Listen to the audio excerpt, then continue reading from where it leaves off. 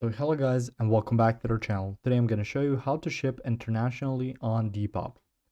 So the first thing you want to do is go to your selling hub. Once you've clicked on that, it's going to pop up looking like this. So you can see your photos and you can add up to 8 photos in JPEG or PNG format. And you can see the shipping. So you can add that specific shipping address. So through there, you can list it as an internationally shipping item.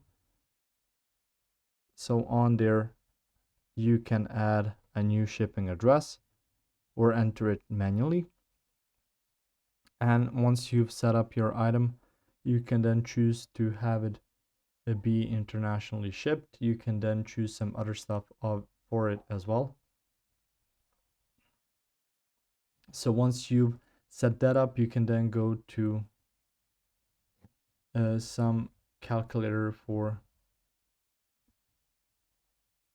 that specific, so some third-party portal for part ship, so you can see some stuff for to use that calculator. So for that, some specific shipping software, so you can get then shipping label that you can print that's going to go internationally to someone, and then just make sure that you've shipped it out all correctly, and then you can send your buyer the necessary information so they can track the package and even pay for the postage if you want it set up like that.